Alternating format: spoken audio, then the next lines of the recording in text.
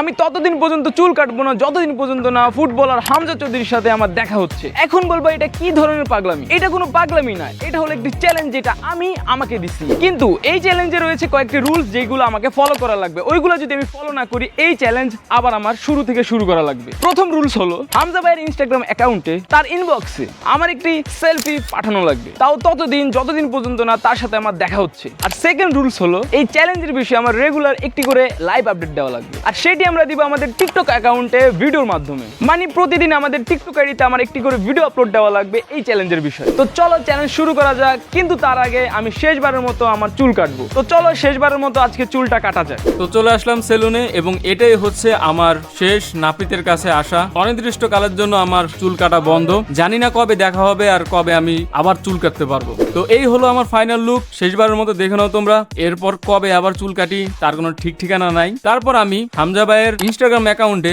আমার একটি সেলফি দেওয়ার চেষ্টা করি, কিন্তু আনফরচুনেটলি ওই সেলফিটা আমি দিতে পারি না, কারণ সেই অপশন টোটালি বন্ধ। তার পেজেও আমি আমার সেলফি দিতে পারি না, সেখানেও অপশন বন্ধ। তো শেষ উপায় ছিল তার কমেন্ট সেকশন। তো সেখানে আমি আমার সেলফিটি সেন্ড করে দিই। তো অফিসিয়ালি এখন থেকে আমার চ্যালেঞ্জ স্টার্ট, এন্ড দেখা যাক এই চ্যালেঞ্জ আমি কমপ্লিট করতে পারি কিনা। আর বাকি আপডেটের জন্য অবশ্যই আমাদের টিকটক আইডিতে চোখ রাখতে হবে।